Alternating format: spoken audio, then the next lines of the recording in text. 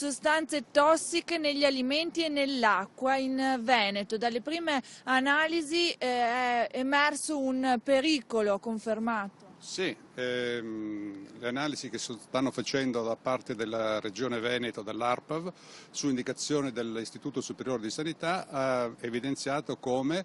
una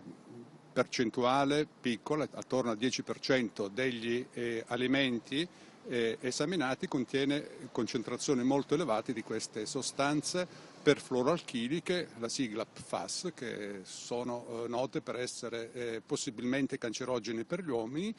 e oltre che sicuramente cancerogeni negli animali, e hanno anche una funzione di interferenti endocrini, come diciamo noi in termine medico, cioè interferiscono con la funzione delle ghiandole endocrine e possono provocare gravi conseguenze sulla salute umana, come dimostrato dalle centinaia di studi fatti in tutto il mondo a partire dal 2005 soprattutto. Abbiamo fatto invece uno studio retrospettivo, si chiama Sulla mortalità nei comuni contaminati, avvalendoci della consulenza anche di esperti dell'Istituto Tumori di Milano e dell'Enea, che hanno evidenziato come in almeno 11 dei comuni più contaminati da queste sostanze, attraverso l'acqua potabile e l'esposizione agli alimenti, ci sia una mortalità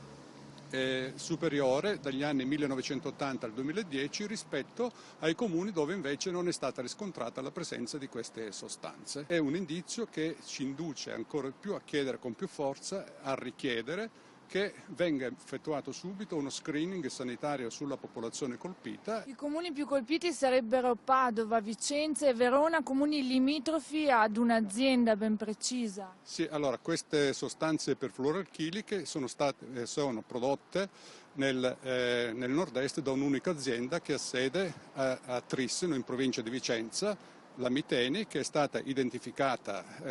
dall'ARPA, dalla Regione Veneto e quindi ufficialmente dalle istituzioni, diciamo, come l'unica produttrice di queste sostanze, e che